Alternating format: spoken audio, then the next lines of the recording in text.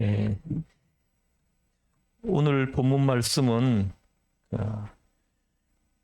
하나님이 우리에게 주시는 메시지는 두 가지입니다.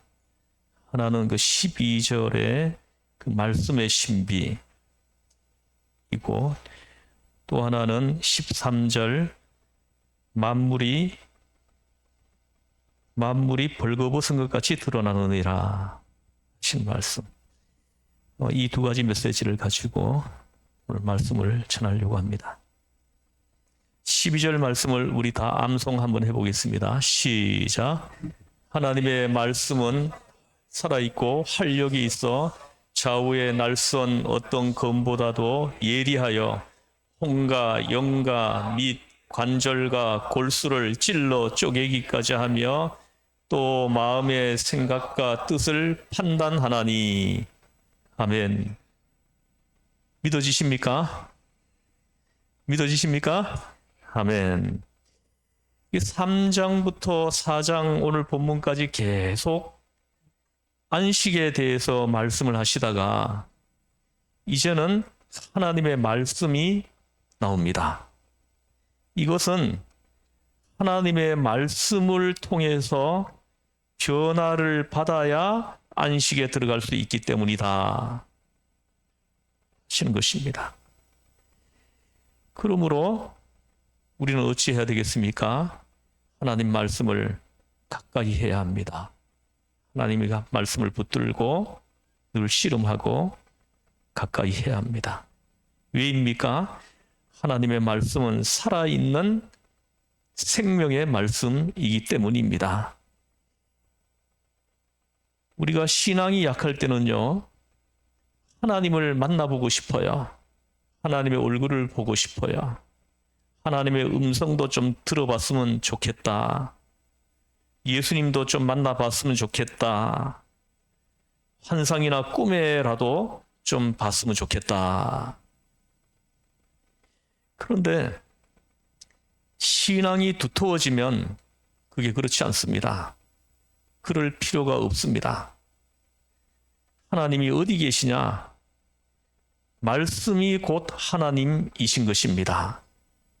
여러분 믿으십니까? 태초에 하나님이 천지를 창조하시고 예수님은 하나님과 함께 계셨으니 곧 예수님은 말씀이라고 분명하게 성경은 말씀합니다. 말씀에 예수님과 하나님이 계신데 뭘 환상이나 꿈에 보려고 하십니까? 어느 목사님이 쓰신 책인데 그 책을 읽어보니까 이런 내용이 나옵니다. 이 목사님이 환상이나 꿈에 예수님을 보려고 한동안은 많이 애를 썼다고 합니다. 기도원에 가서 굴에 들어가서 눈 딱 감고 주님 한 번만 나타나 주십시오. 한 번만이라도 나타나 주십시오. 그냥 눈 딱 감고 기도하면 환상이 자꾸 나타나 보여야 하는데 잡생각이 들어오고 아무것도 눈에 보이지 않더라는 것입니다. 그날 꿈에 만나달라고 기도한 날은 특별히 잡군을 꾸고 예수님이 안 나타나더랍니다.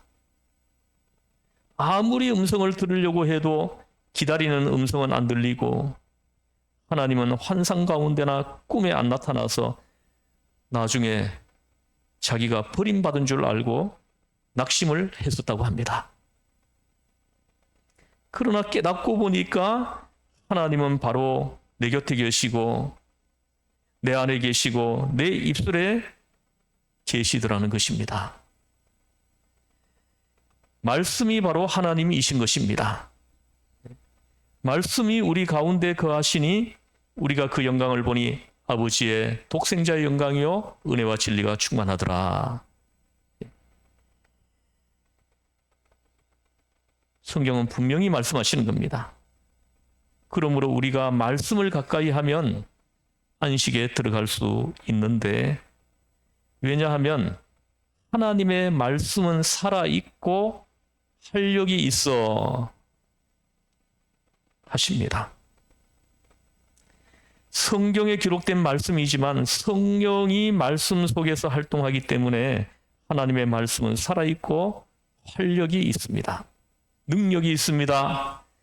그러므로 하나님의 말씀을 읽다가 사람들은 눈물을 흘리며 회개하고, 하나님의 말씀을 읽다가 어떤 사람은 통곡을 하고, 하나님의 말씀이 인생을 송두리째 바꿔놓는 사람들이 얼마나 많습니까? 하나님의 말씀이 꿈을 주고 믿음을 주고 기쁨을 주는 놀라운 변화의 역사가 나타나는 것입니다. 할렐루야. 하나님의 말씀은 살았고 활력이 있어서 우리를 변화시키고 새 사람으로 바꾸어 놓기 때문인 것입니다. 하나님의 말씀은 살아있다. 내가 하나님의 말씀을 읽으면은 내가 변화를 받게 되는 것입니다. 알든지 모르든지 말씀은 역사하시는 것입니다. 말씀이 일단 마음속에 들어오면 마음속에 변화를 가지고 옵니다. 그렇기 때문에 설교를 듣는다는 것은 참으로 귀한 일입니다. 안 믿을 사람도 억지로라도 데리고 오면 말씀이 귀에 들어가면 변화를 시키는 역사가 일어나는 것입니다. 예. 다른 말은 변화를 시키는 역사가 없습니다. 하나님의 말씀은 변화를 시키는 역사가 일어나는 것입니다. 할렐루야. 그러므로 우리가 하나님의 말씀을 가까이 해야 되는 것입니다. 하나님 말씀을 꼭 붙들고 있어야 되는 것입니다. 그러면 좌우의 날선 어떤 검보다도 예리하여 혼과 영과 및 관절과 골수를 찔러 쪼개기까지 하며, 말씀의 신비입니다. 말씀이 들어가면 이런 역사가 일어난다는 겁니다. 검이 한쪽만 날이 있는 것이 아니라 양쪽 날이 있으니 얼마나 날카롭습니까? 무엇이든지 찔러 쪼개지 않습니까? 사람은 혼과 영과 육이 있는데 영은 하나님을 모시는 것이고 혼은 내가 들어있는 것이고 육은 세상을 담아놓은 그릇입니다. 우리가 영이 살아야 하나님과 교통할 수 있고 혼은 자기가 혼인 것입니다. 자기 지정의, 자기 인격을 그 속에 가두는데 이 혼은 혼이 나야 깨지는 것입니다. 혼이 안 나면 안 깨져요. 이게 깨져야만이 예수님을 만나는데 이게 안 깨지기 때문에 예수님을 만나지 못하는 것입니다. 혼이 깨져야 영에 순종하죠. 육은 무엇입니까? 오감각을 통해서 세상을 담아놓은 그릇인 것입니다. 보고, 듣고, 냄새 맡고, 맛보고, 만져보고, 그렇게 해서 세상을 알죠. 그렇기 때문에 육체는 세상을 담아놓은 그릇이고 혼은 자기를 담아놓은 그릇이고 영은 하나님을 모신 그릇이 되는 것입니다. 그런데 바로 이곳에 하나님의 말씀이 들어오면 이것은 영적인 생각이요, 이것은 혼적인 생각이요, 이건 육적인 생각으로 검으로 잘라주는 것입니다. 처음에는 이것이 마귀가 말하는 것인지 내가 말하는 것인지 모르더라도 말씀을 통해서 보면 이것은 하나님의 음성이다. 이것은 마귀의 말이다. 마귀의 속삭임이다. 이것은 인간의 육체적인 말이다. 이것을 분별할 수 있다는 것입니다. 찔러 쪼개기까지 하며 이건 분별할 수 있다는 것을 말씀하시는 겁니다. 말씀이 들어오면 혼과 영과 관절과 골수를 찔러 쪼갠다는 것은 분별할 수 있는 능력을 주시는 것입니다. 하나님의 말씀이 오면 여러분이 어떻게 인생을 살아갈까 분별력을 주어서 하나님을 중심으로 혼도 순종하고 육체도 죽이고 살아갈 수 있게 되는 것입니다. 여러분, 육체는 훈련이 안 됩니다. 육체는 죽여야 합니다. 내 육체의 욕망은 죽여야 돼요. 혼은 변화시켜야 합니다. 영은 하나님과 같이 계셔서 하나님을 모시고 사는 그릇이 되는 것입니다. 그러므로 우리가 육체를 벗어버리면 사람은 영원히 함께 천국에 가는 것입니다. 육체는 벗어놓고라도 영혼은 천국으로 들어가게 되는 것입니다. 후에 육체는 부활의 몸으로 다시 얻게 되는 것입니다. 하나님의 말씀은 살아있고 활력이 있어 좌우의 날선 어떤 검보다도 예리하여 혼과 영과 및 관절과 골수를 찔러 쪼개기까지 하며 마음의 생각과 뜻을 판단하나니. 예? 말씀의 신비입니다. 말씀이 들어오면 이런 역사가 일어난다는 거예요. 그러므로 분별력을 주시는 것입니다. 마음의 뜻이 하나님의 뜻인지 내 뜻인지 마귀의 뜻인지 분별할 수 있는 판단력을 주는 것입니다. 찔러 쪼개기까지 하며. 말씀을 읽을 때 판단력을 얻게 되는 것입니다. 그러나 말씀을 읽지 않으면 혼이 큰 소리 치는 것입니다. 자기 생각을 가지고서 하나님의 생각으로 우깁니다. 낭패를 당하고 육체를 따라 행하다가 마귀의 올무에 걸려들고 마는 것입니다. 우리는 영적인 사람이 되어야지 혼적인 사람이거나 육적인 사람이 되어서는 안 되는 것입니다. 그러므로 육체는 언제나 십자가에 못 박아 죽이고 혼은 언제나 깨뜨려서 하나님께 믿고 순종하게 하고 영적으로는 성령으로 충만하여 자라게 해야 되는 것입니다. 할렐루야. 그렇게 되기를 주에서 축복합니다. 그러므로 여러분 한번 따라해 보십시오. 나는 육체의 사람이 되지 말고 혼의 사람이 되지 말고 신령한 사람이 되어야 한다. 아멘. 그러면 어떻게 신령한 사람이 됩니까? 말씀을 통해서 되는 것입니다. 그래서 여러분이 말씀을 읽어야 돼요. 말씀을 들어야 합니다. 말씀을 공부해야 합니다. 말씀을 듣고 읽고 묵상하면 어떤 일이 일어납니까? 내가 읽고 듣고 묵상한 말씀이 날카로운 검이 되어서 우리의 혼을 잘라내고 육을 잘라내고 분별력을 주어서 영을 통해서 하나님을 섬기도록 하나님을 예배하도록 그렇게 인도해 주시는 것입니다. 얼마나 놀랍습니까? 말씀의 신비입니다. 그러므로 말씀 없이 신비주의에 빠지면 큰일 납니다. 꿈이나 환상이나 보고 음성이나 들으려고 자꾸 이 기도원에서 저 기도원으로 돌아다니고 이 집회에서 저 집회로 돌아다니면 낭패나죠. 이런 사람들이 자꾸 이단에 잘 빠집니다. 그래서 한국교회에 이단 집단이 들어와 가지고 얼마나 많은 사람들을, 많은 영혼들을 빼앗아갑니다. 어떤 이단 집단은 14만 4천 명만 구원을 받는다고 막 주장을 하다가 14만 4천 명이 넘어가니까 이제는 또 다른 교리를 바꿔가지고 또 사람들을 미혹하고 있습니다. 기가 막힌 일입니다.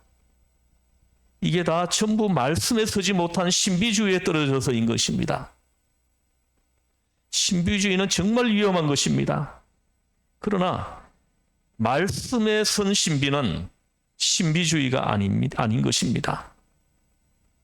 말씀은 신비인데 말씀의 깊은 비밀을 깨닫는 것이 말씀의 신비이지, 신비주의는 말씀을 잘못 해석하거나 말씀을 떠나서 행하는 것이 신비주의인 것입니다.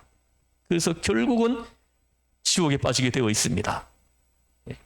끝이 다른 것이 이단인 것입니다.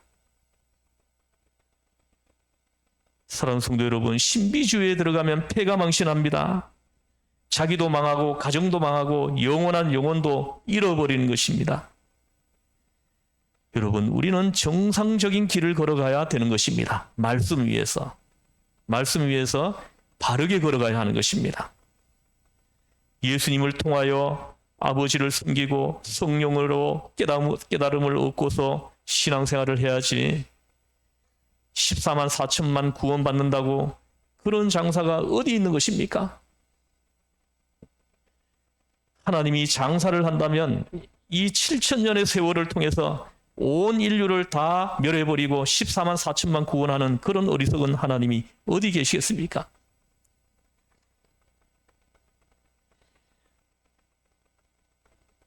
사랑하는 성도 여러분, 누구든지 예수님이 십자가에서 흘려주신 그 보혈의 피를 믿으면 제사함을 받고, 십자가에서 흘려주신 그 보혈의 피가 내 죄를 씻어 주신다는 것, 이것이 여러분들에게 믿어지십니까? 예, 믿으면 제사함 받고, 구원에 이르고 안식에 들어가게 되어 있다는 것을 3장, 4장 계속 말씀을 하시는 것입니다.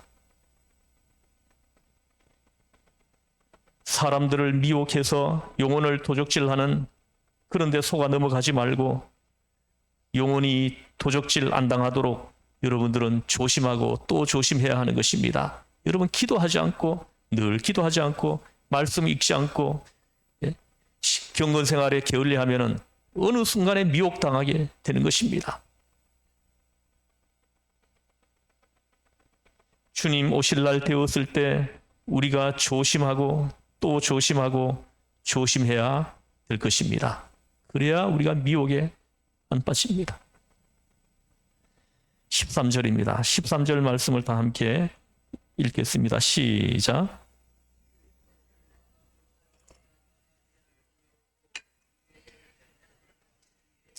네, 만물이 벌거벗은 것 같이 드러나느니라. 아멘. 지으신 것이 하나도 그 앞에 나타나지 않음이 없고 우리의 결산을 받으실 이에 눈앞에 만물이 벌거벗은 것 같이 드러나느니라. 아멘. 마태복음 10장 26절을 보면요, 띄워져 있습니다. 같이 한번 읽어보겠습니다. 시작. 그런즉 두려워하지 말라. 감추인 것이 없고 숨은 것이 알려질 것이 없느니라. 아멘. 여러분들이 아무리 꼭꼭 감추어도요, 다 드러나게 되어 있다는 겁니다. 감출 수가 없어요. 하나님 앞에 여러분 이 말씀을 들으면서 귀에 들리면 여러분 그것을 꼭꼭 숨겨놓고 회개하지 않는 것들이 있으면 회개하는 성령님의 역사하심 함께 하기를 바랍니다. 여기 보십시오. 하나님이 지으신 것이나 우리가 하나님 앞에 감출 것이 어디 하나라도 있습니까? 하나님께서 나무 뒤에 숨은 아담을 보고 아담아 내가 어디 있느냐? 어디 있는지 하나님이 몰라서 아담아 내가 어디 있느냐 하시는 것이 아닙니다. 그 죄를 지은 그 아담을, 그 하와를 해결시키기 위해서 아담과 하와가 자원해가지고 하나님 제가 죄를 지었습니다. 제가 죄를 지었습니다. 용서해 주세요. 하고 나오게 하려고 아담아 내가 어디 있느냐 부르신 것이지 하나님이 몰라서 내가 어디 있느냐고 하신 것이 아닙니다. 하나님의 눈은 햇불 같아서 우리의 모든 혼과 영과 육의 생각을 다 꿰뚫어 보시고 정확하게 알고 계시기 때문에 하나님께는 더 감추는 것이 있을 수가 없습니다. 못 감추는 것입니다. 빛이신 우리 주님 앞에 여러분이 있으면 다 드러나게 되어 있다는 거예요. 우리가 주님의 심판대 앞에 서게 될 때 여러분, 하나님이 지옥으로 죄 지은 사람을 억지로 보내는 게 아닙니다. 하나님의 광명한 빛을 비추어서 일평생 살아온 죄악을 들추어내면 견딜 수가 없는 것입니다. 지옥보다 더 괴롭습니다. 하나님의 빛에 견디지 못하니까 스스로 지옥으로 도망을 치는 것입니다. 그러나 예수님의 십자가의 보혈로 죄를 씻은 사람은 피가 우리를 깨끗이 씻어버리기 때문에 빛이 비칠수록 좋습니다. 빛이 비출수록 더 행복하고 더 밝고 맑고 환하고 긍정이 되기 때문에 빛을 따라 나아가는 것입니다. 보혈로 씻음받은 사람은 빛을 따라 나가고 씻음받지 못한 죄악의 어둠을 가진 사람은 빛에 견디지 못해서 어둠을 따라 도망을 치게 되어 있는 것입니다. 여러분도 보셨을 겁니다. 비가 오고 난 이후에 뭐 집 앞에 있는 거적대기를 이렇게 들치고 보면은 거기 막 벌레들이 새까맣게 있죠. 근데 거적대기를 들치고 해가 비치면 그 거적대기 밑에 있는 벌레들이 어떻게 합니까? 기겁을 하고 도망을 치죠.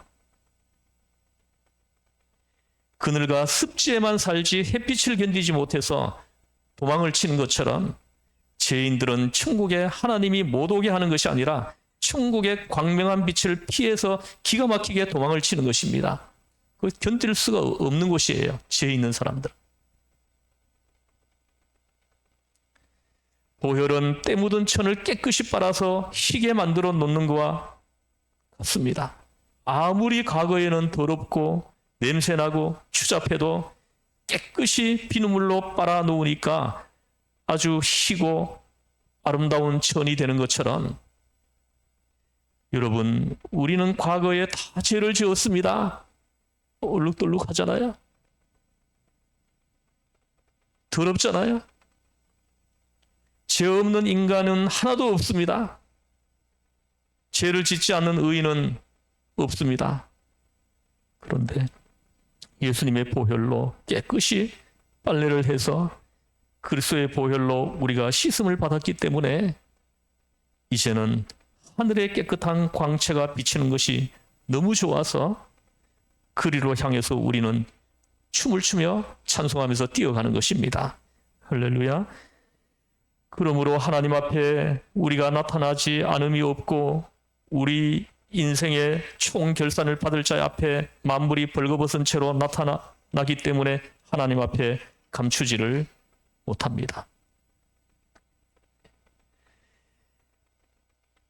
가늠하다가 현장에서 잡힌 여자를 돌로 쳐 죽이려고 온 바리새인, 사두개인, 율법사들이 모세의 율법에는 가늠하는 자가 현장에서 잡히면 그 자리에서 돌로 쳐 죽이라고 했는데 당신은 무엇라고 말을 합니까? 그때 예수님이 안 죽이라고 말 안 했습니다. 다 둘러서서 돌을 들고 있는데 죽이지 말라고 안 했습니다. 그러나 주님이 감추인 것을 드러내어 놓았던 것입니다. 돌 들고 있는 그 한 사람 한 사람 그 속에 감춰져 있는 더러운 것들, 추잡한 것들, 이걸 드러낸 것입니다. 주님께서 너희 중에 죄 없는 자가 먼저 이 여자를 쳐라. 그러고 난 다음에 손가락으로 땅에 글씨를 썼습니다. 가만히 보니까 자기들의 감추인 죄들이 하나하나 다 드러납니다. 거기에 있는 바리새인, 사두개인, 서기관, 율법사들 보면은 간음을 했는데 다 했어요. 간음을 했는데 다행히 안 들켰던지 마음속으로 간음을 수천 번 한 사람들이 거기 돌들고 있거든요. 마음에 이 세상에 여러분 마음속에 이 세상에 남자치고 간음 안 한 남자가 있는가 한번 물어보십시오. 있으면 이 자리에 있으면 손 들어보세요. 남자들은 예쁜 여자가 지나가면 한번 데리고 살아봤으면 좋겠다. 그 생각을 다 하는 거예요. 안 했다면 거짓말쟁이입니다. 저는 그 미국의 카터 대통령을 존경하는데요. 이 카터 대통령이 선거운동을 할 때 플레이보이지 기자가 그 인터뷰한 것을 제가 본 적이 있습니다. 그때 이 플레이보이지 기자가 카터 대통령의 후보에게 당신은 간음한 적이 있습니까? 하고 물었습니다. 그때 카터 대통령이 뭐라고 대답을 했냐 하면 내가 실제로 간음은 안 했지만 마음으로는 수천 번 간음을 했다고 그렇게 대답을 하더라고요. 그의 말을 듣고 참 정직한 사람이다 그렇게 생각한 적이 있습니다. 미국의 대통령이 될 만하다. 나는 꿈에도 간음할 생각을 안 했다. 그것은 거짓말 중에 거짓말입니다. 그러니까 바리새인, 사두개인, 율법사들이 이 여자를 돌로 쳐 죽이려고 지금 서 있는 거예요. 예수님이 그들을 보면서 너희 중에 죄 없는 자가 먼저 돌로 치라고 하니까 주님께서 그들의 인생을, 그들의 죄를 쫙 펼쳐놓으니까 이미 간음을 했으나 안 들킨 사람이 있고 안 했으나 마음으로 간음한 사람이 다 들어가니까 모두 다 돌멩이 버리고 다 달아나지 않았습니까? 주님의 그 강명한 빛 앞에 설 수가 없는 것입니다. 그 빛 앞에 서면 다 드러나는 것입니다. 감추어질 것이 없습니다. 여러분 회개하십시오. 회개하고 십자가의 보혈의 피를 의지해서 회개하고 하나님 앞에 나아가십시오. 그러면 십자가에 들리신 하나님의 아들이신 예수님의 그 보혈의 피가 여러분의 죄를 흰 눈보다 더 희게, 양털보다 더 희게 깨끗하게 씻어 주실 것입니다. 절대로 감추어지지 못합니다. 주님 빛 앞에는 다 드러나게 되어 있습니다. 이 베드로가 예수님 모시고 물고기를 많이 잡았을 때 물고기를 많이 잡으니까 얼씨구나 좋구나. 예수님 모시고 사업해야 되겠다. 이런 예수님 모시고 있으면 물고기 매일매일 엄청나게 잡을 테니까 그러면 뭐 돈을 엄청나게 벌겠구나. 그렇게 생각했습니까? 근데 이 본문을 읽어보면 베드로가 영성이 굉장히 좋아요. 그 순간 예수님께 엎드려서 주님, 저는 죄인입니다. 나를 떠나소서. 예수님이 하나님이심을 깨닫자마자 죄가 다 드러남으로 견딜 수가 없는 것입니다. 빛이신 예수님 앞에 딱 서는 순간에 베드로가 자기의 죄가 다 쫙 펼쳐지는 거예요. 다 드러나는 것입니다. 나는 죄인입니다. 나를 떠나소서. 요즘 사람 같으면 예수님이 깊은 곳에 가서 그물을 던지라고 해가지고 던졌더니 엄청나게 잡혔습니다.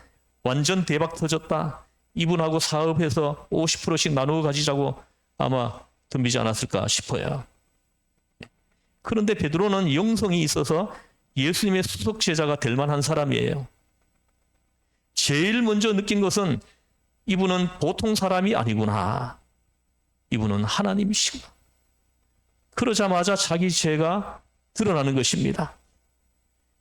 하나님 앞에 서면 죄가 드러납니다. 빛 앞에 어두움이 드러나듯이 빛이신 예수님 앞에 서니까 베드로의 어두운 죄들이 다 드러나는 것입니다. 그래서 고통스러워 견딜 수가 없습니다. 주여, 나를 떠나소서. 나는 죄인입니다. 하나님 앞에서는 죄가 다 드러납니다. 죄를 못 감추어요. 사람 앞에는 우리가 감출 수 있어도 하나님 앞에는 못 감추는 것입니다.